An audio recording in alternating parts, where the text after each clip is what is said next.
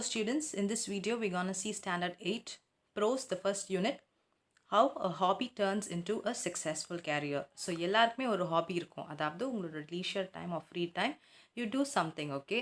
How you're turning them into a successful career is given in this book. And two other short stories are also given. They are actually true instance what happened, how a hobby turned into a successful career. So நம்ம டீட்டெயில்டாக அதை பார்க்கலாம்.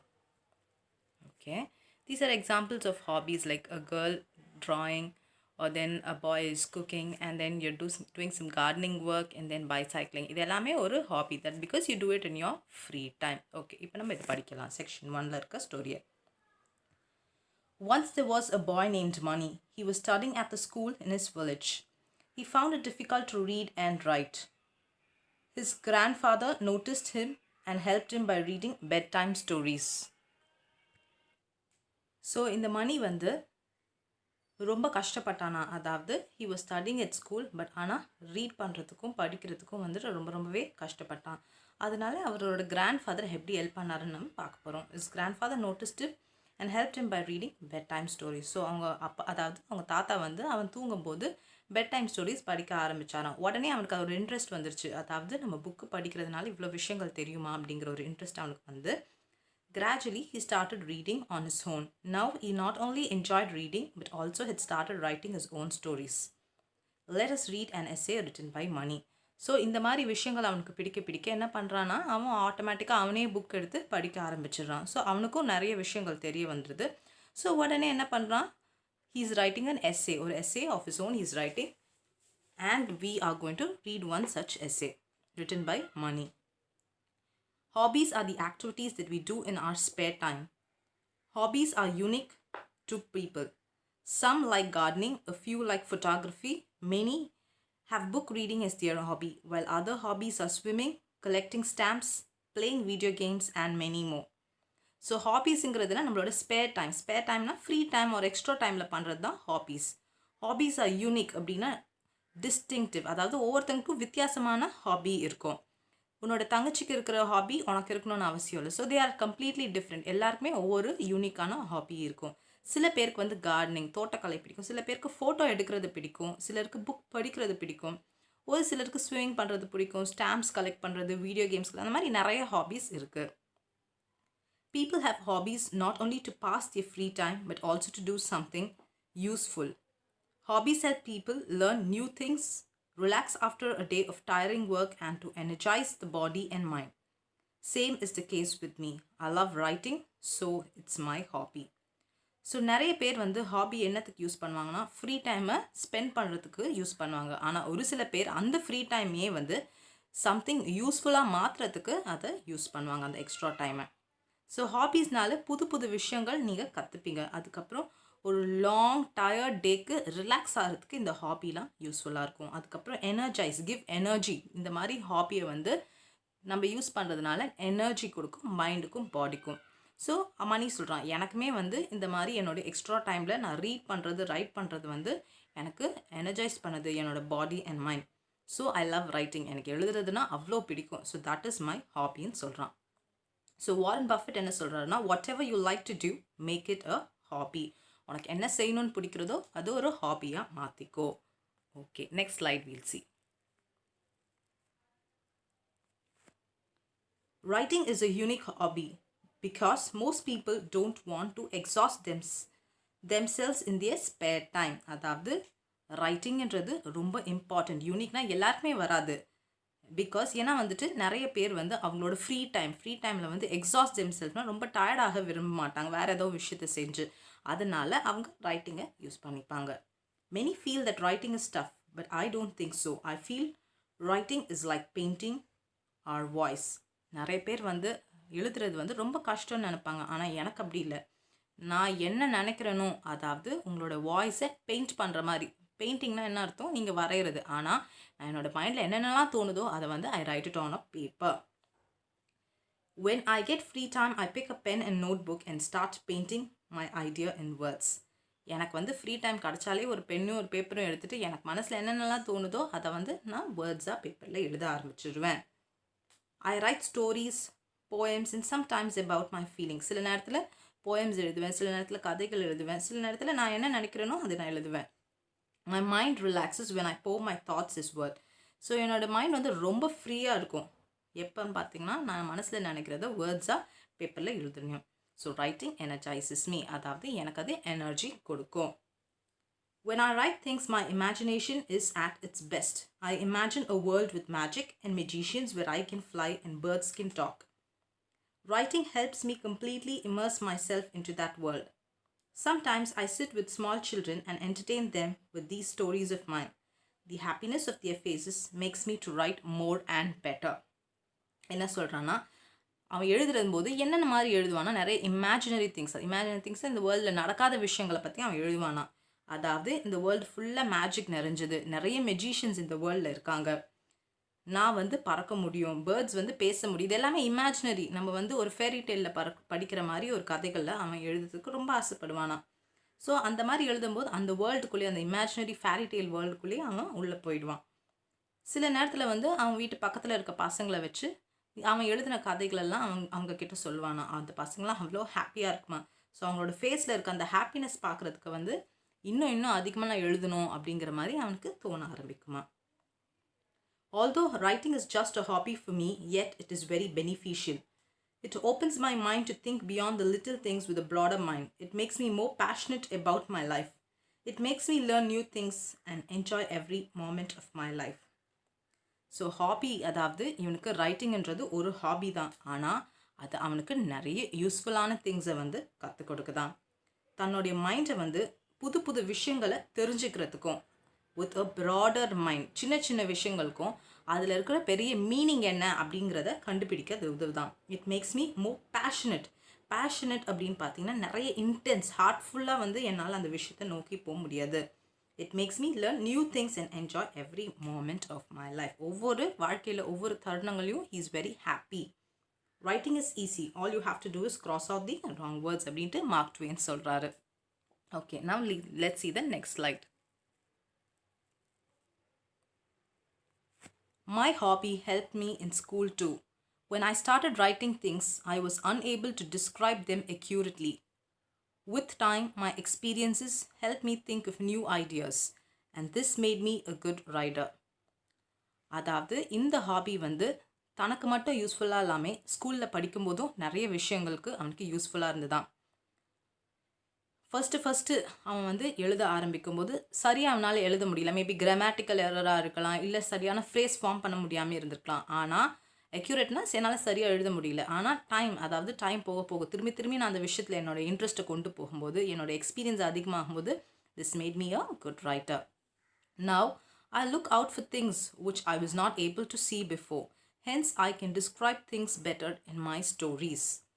So இதுக்கு முன்னாடி தான் பார்க்காத விஷயங்களை இப்போ அவன் கற்றுக்கணும்னு நினைக்கிறான். அதனால அதை அவன் ஸ்டோரிக்குள்ளே இம்ப்ளிமெண்ட் பண்ணிக்கலாம். I feel no problem with writing English essays or stories as it is my hobby.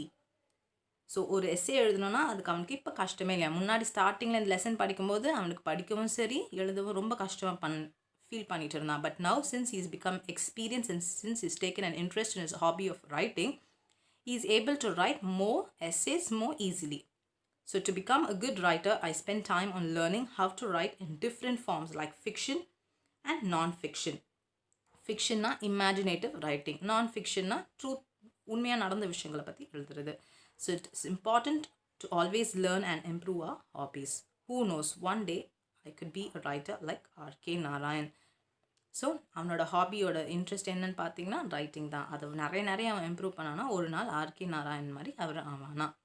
Okay, and then finally there is something here. The former Chief Minister of Tamil Nadu, Mr. C.N. Annadurai, had the hobbies of writing and reading. He wrote many books, stories, plays, thought-provoking articles, and cine dialogues which have contributed to the reformation of the society as we know it today.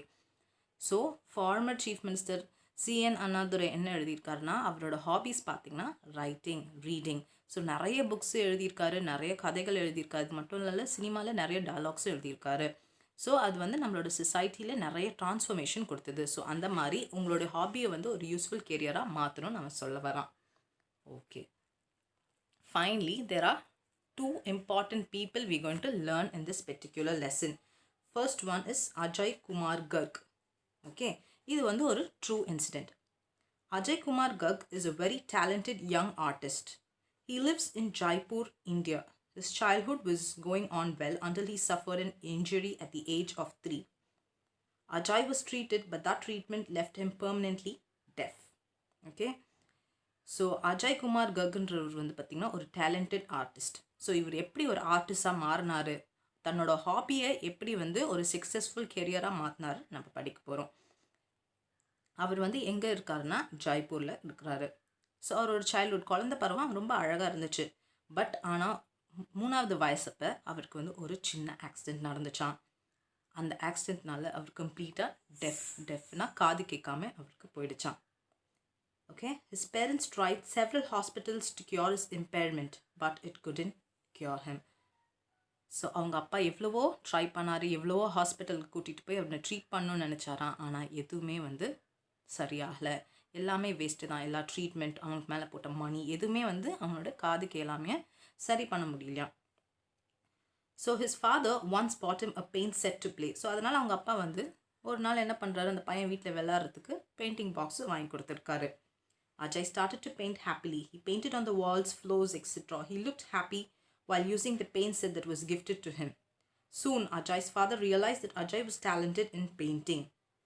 When Ajay was 5 years old, a court artist of Dholpur, Rajasthan, Sri Shaula, saw his painting and was very impressed with his work. He then took Ajay and started training him. So அதுக்கப்புறம் அவங்க அப்பா வந்து paint box வாங்கி கொடுக்குறாரு. அவன் உடனே என்ன ஆரம்பிக்கிறான்னா paint பண்ண ஆரம்பிக்கிறான். அங்கே இருக்கிற ஃப்ளோரு, அங்கே இருக்கிற செவத்து மேலெலாம் பெயிண்ட் பண்ண ஆரம்பிக்கிறான். அஜய் இதுக்கு முன்னாடி இருந்த விட இப்போ ரொம்பவே ஹாப்பியாக இருக்கிறான். ஸோ அவங்க அப்பாவுக்கு தெரிஞ்சு போச்சு, அதாவது அஜயோட டேலண்ட் வந்து பெயிண்டிங் தான் அப்படின்னுட்டு.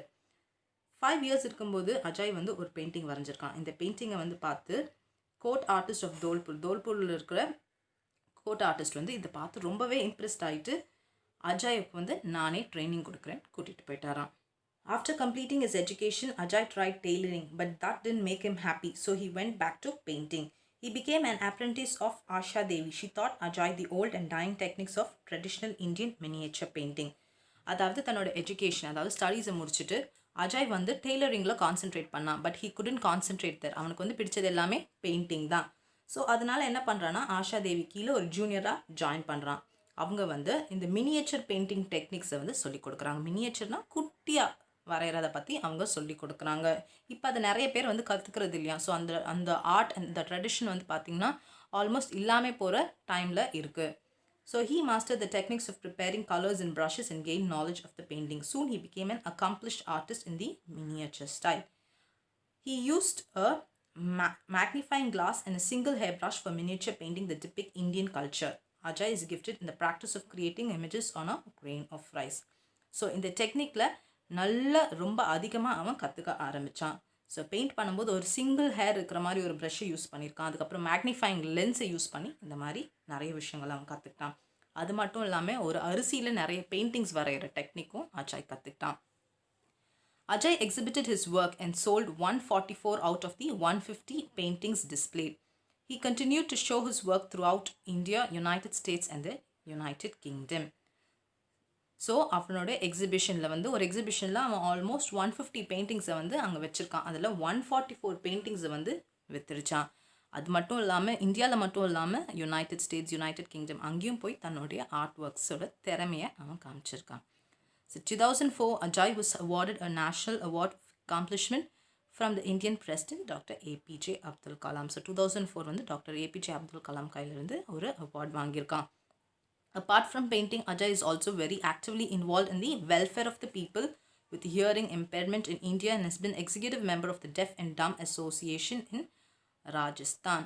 He also gives free training to hearing impaired children in Jaipur as well as children in an orphanage in Gandhinagar in Jaipur. One of the Ajay's current goal is to revitalize the dying art of traditional miniature Indian painting. அதாவது painting மட்டும் இல்லாமல் நிறைய விஷயங்கள்லையும் Ajay focus பண்ணியிருக்கான். அதில் ஒன்று பார்த்திங்கன்னா, அதாவது காது கேட்காதவங்க அவங்களுக்கு வந்து அது வாய் பேச முடியாதவங்களுக்கு ஹெல்ப் பண்ணணும் அப்படின்னு சொல்லிட்டு. ஸோ டெஃப் அண்ட் டம் அசோசியேஷனில் அஜய் குமார் வந்து ஒரு member. Okay, and then he also gives free training to that children.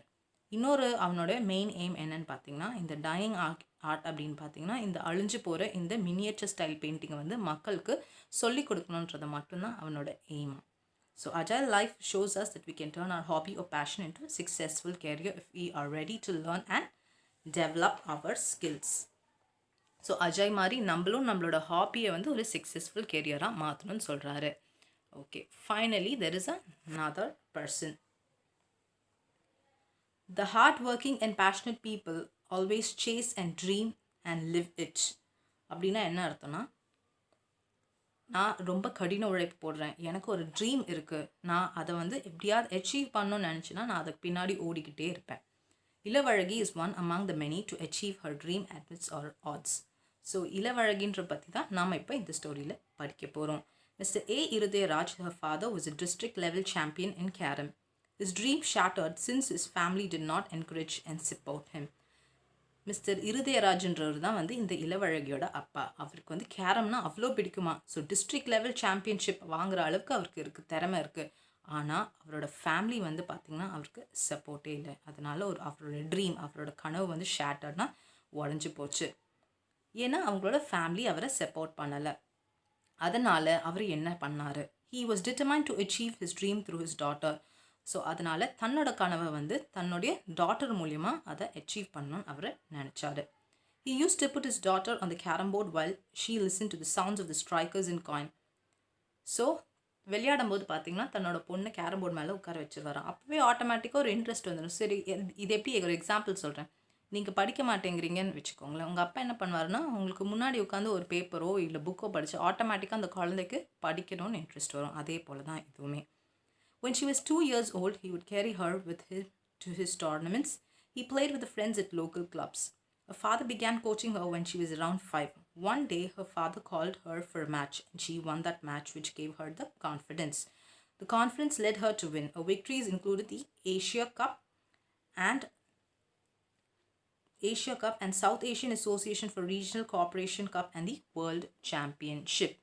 Okay, so what does that mean? அதாவது 2 years இருக்கும்போது அவங்க அப்பா வந்து டோர்னமெண்ட் போகும்போது இந்த பாப்பாவை கூட கூட்டிகிட்டு போவாராம்.